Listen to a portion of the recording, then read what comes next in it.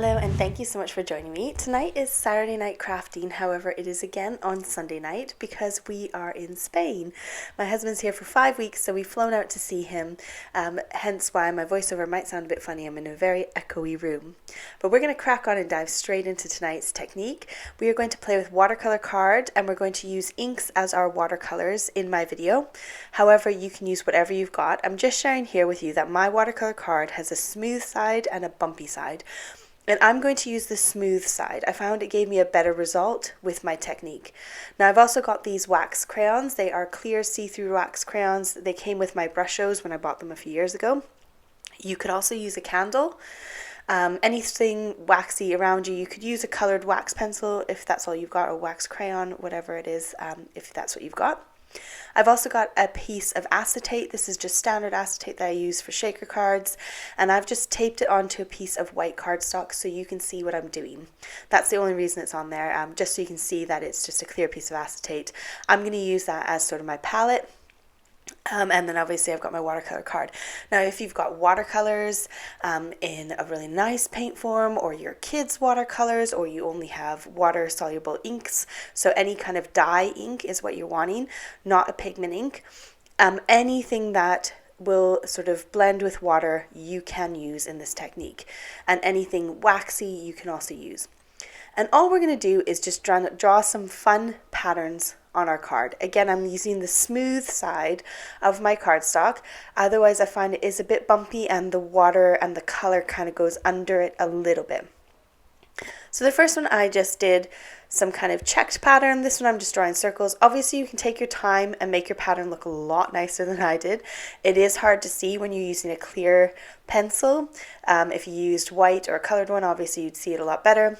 I have no skills for drawing, so when you see it, it looks a hot mess, but then I turn it into some fun cards. So stick around to the end. I've got, I think, 4 designs for you.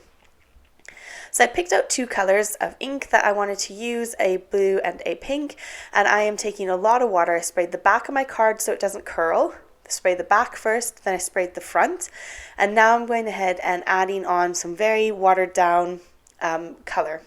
Now if you want your pigment to be stronger, you want your color to be darker, then just use an ink refill directly, or use your watercolor paint and don't water it down as much, and then you can get more of a darker pigment. But I wanted a slightly lighter pigment. I wanted those colors to really blend, so I used quite a lot of water. Now there is no rhyme or reason as to how I'm putting down my paint. Or my watercolor color, I'm just literally plopping it down, letting them kind of blend a bit. Obviously you want to choose 2 colors that are not going to go against each other and make you sort of a brownish color. You want to choose colors that will complement each other and create another color. So primary colors are very good to use because you know that they'll blend into another color. So I did all those smaller ones, and then I decided I wanted to do some fun bigger background paper. So I'm doing hearts now, and I'm doing a full large A5 sheet of cardstock that I will cut down, and then you can still see the pattern there. But when you've got messy drawing like I do, this is quite nice if you do it in this kind of fashion, because then you get the idea of what is there, but you don't see the full messy design of how awful my drawing is. So again, I'm doing the exact same thing. I'm sticking to these 2 colors so you can see all the different kinds of patterns that you could do. You know, the world is your oyster. You can do whatever you like, any kind of pattern you like.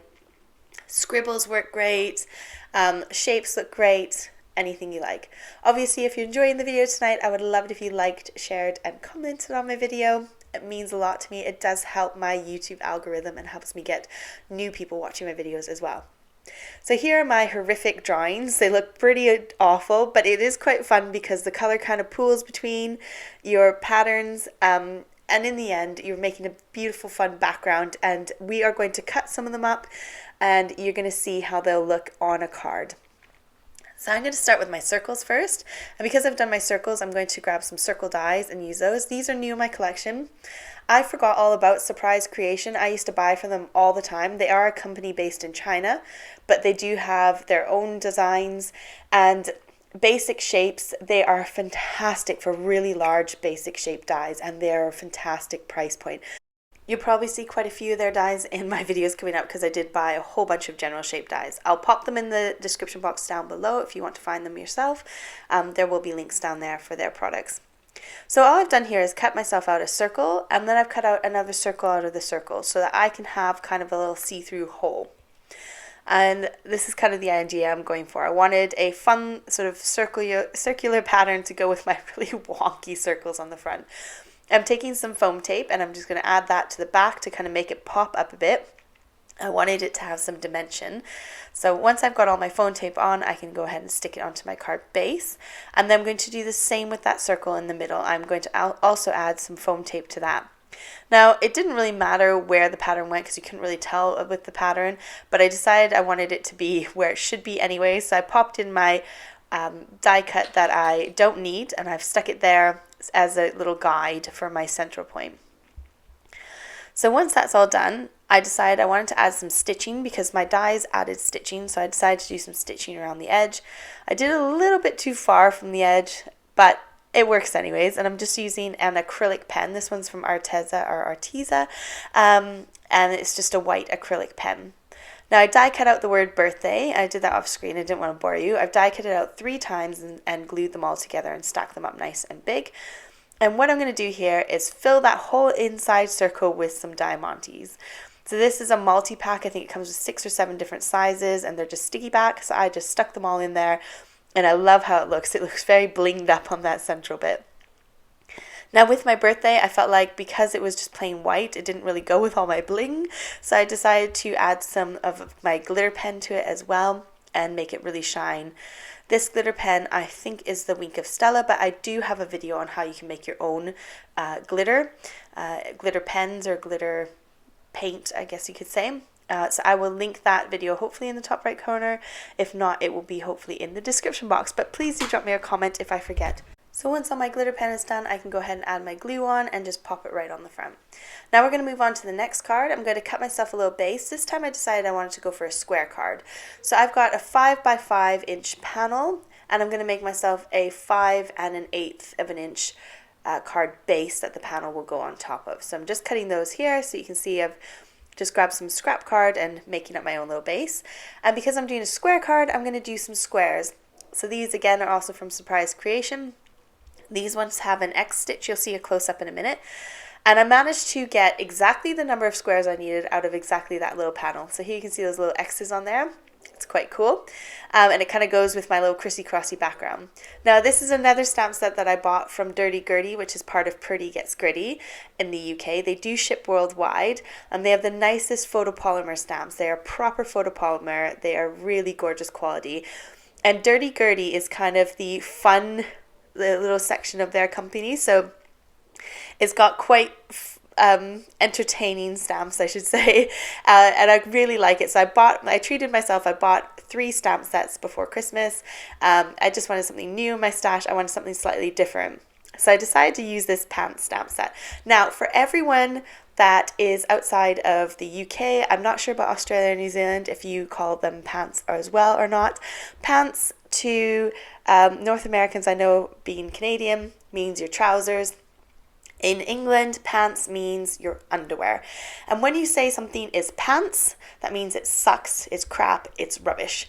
And so this whole stamp set is based on that. So if you're not from a country that uses pants in that way, the stamp set probably isn't that funny to you.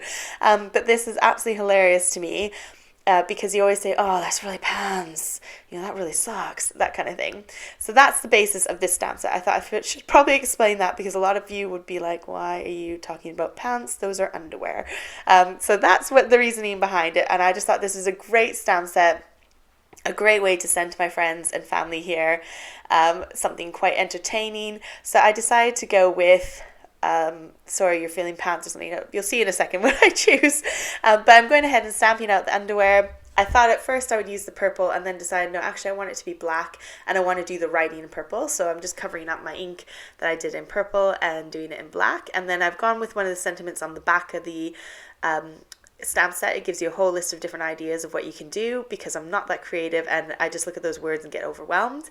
So I've just gone ahead and stamped out, I hear you're feeling pants. And I just thought that was a great way to send like a little sympathy card or an empathy card with a little bit of humor in it. So it's not quite such a rubbishy down feeling card, if that makes sense. So that is my card here. I kept it nice and simple. It's nice and flat, so I can post it anywhere if I want to. Now here's that big heart panel that I did at the beginning. I'm going to trim that down and I'm going to make 2 cards out of this. However, I have enough that I could probably make 3 or 4 cards out of it. And I actually really like this one a lot. I really like how the pattern turned out. I think I spent a little bit more time going a bit slower with my drawing of my hearts. But I like how it looks and I like how much white is showing as well underneath those hearts. So I'm going to go ahead and make myself a card base. I'm going to do one with a little panel there, I decided, and the other one I was going to do whole. Now I'm going to share with you the cards that I've made rather than bore you with how I made them. It's quite obvious. So here are the first 2 I did again. Just a quick little summary. I wish I spent more time doing those circles a little bit neater. And here's my heart one. I just popped it on the top. I took my new stamp set that does sort of the black outline and white sort of empty. I don't know how to describe that. It's like a reverse of a stamp. As a stamp, and it's brilliant. You'll see it in just a second on the left hand side, and I'll pop that link down below for it, but I think it's only available in the UK. And so I just stamped those out in the purple ink with some string behind it. And here's one of my other stamp sets from Gurty, and I just find it absolutely hilarious. So I went with tomorrow because tomorrow is the best time to do everything you were meant to do today. I thought this was another great humorous card, and all I did for this one was add a little strip of glitter purple down the side and then die cut myself out a nice little panel and stuck that on the top. So there are 4 different card ideas. If you've got any kind of designer papers, you could use them in the same way, but you could have some fun and create your own little backgrounds using some wax and some watercolors. I hope you enjoyed tonight, and I look forward to seeing you next Saturday. Got my video done and ready, and I will share some pictures of Spain with you. Take care. Bye for now.